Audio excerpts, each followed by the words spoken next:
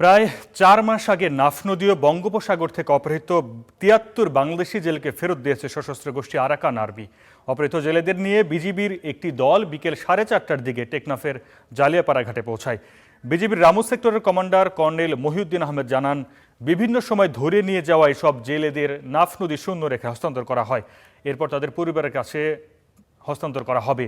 বিভিন্ন সময় নাফ নদী ও বঙ্গোপসাগর থেকে ট্রলার সহ ধরে নিয়ে যাওয়া অন্তত ২০০ জেলে এখনও মিয়ানমারের সশস্ত্র গোষ্ঠী আরাকান আর্মির কাছে জিম্মি রয়েছে।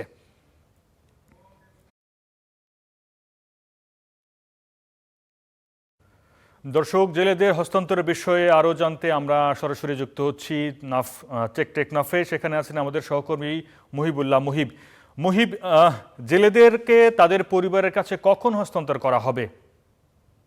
আরিফ, আপনি জানেন যে রাখাইনে যখন আরাকান আর্মি নিয়ন্ত্রণ নেয় তখন থেকে কিন্তু তারা বাংলাদেশি জেলেদের উপর যে তাণ্ডব সেটি শুরু করে আজ থেকে প্রায় ১.৫ বছর আগ থেকেই পর্যায়ক্রমে তারা বিভিন্ন সময় বাংলাদেশি জেলেদেরকে অপহরণ করে নিয়ে যায়। যেহেতু তারা বিদ্রোহী গোষ্ঠী বা সন্ত্রাসী গোষ্ঠী হিসেবে আন্তর্জাতিক সম্প্রদায় তাদেরকে একা করছে, সেই হিসেবে তারা অপহরণ করছে বাংলাদেশি জেলেদেরকে।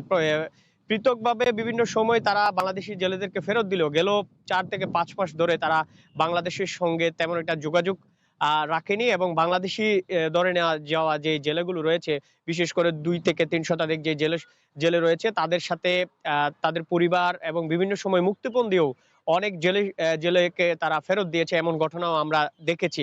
আর তারই ধারাবাহিকতায় আজকে কিন্তু আইন শৃঙ্খলা বাহিনী এবং সরকারের পক্ষ থেকে যে তৎপরতা, তারই অংশ হিসেবে প্রায় ৭৩ জন জেলেকে মূলত দুপুর ২টা নাগাদ নাফ নদীর শূন্য রেখায় বিজিবির একটি প্রতিনিধি দল যায়, এবং আরাকান আর্মির একটি প্রতিনিধি দল ৭৩ জন জেলেদেরকে নিয়ে সেই শূন্য রেখায় আসে। সেখানেই মূলত হস্তান্তর প্রক্রিয়ার মাধ্যমে তাদেরকে বিজিবির কাছে হস্তান্তর করা হয় বিকেল ৪টা নাগাদ।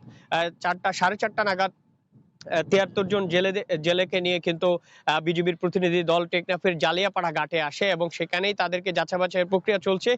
হয়তো অল্প কিছুক্ষণ পর আমরা সন্ধ্যা নাগাদ আশা করা যায়, আমরা বিজিবির বিভিন্ন কর্মকর্তাদের সঙ্গে কথা বলেছি, যারা ইমিগ্রেশনে কাজ করে তাদের সাথে কথা বলেছি, এবং পুলিশের কর্মকর্তাদের সঙ্গে আমরা কথা বলেছি। তারা আমাদেরকে বলেছে যে হয়তো সন্ধ্যার কিছু পরেই তাদেরকে যাচাই বাছাই শেষে স্ব পরিবারের কাছে হস্তান্তর করা হতে পারে।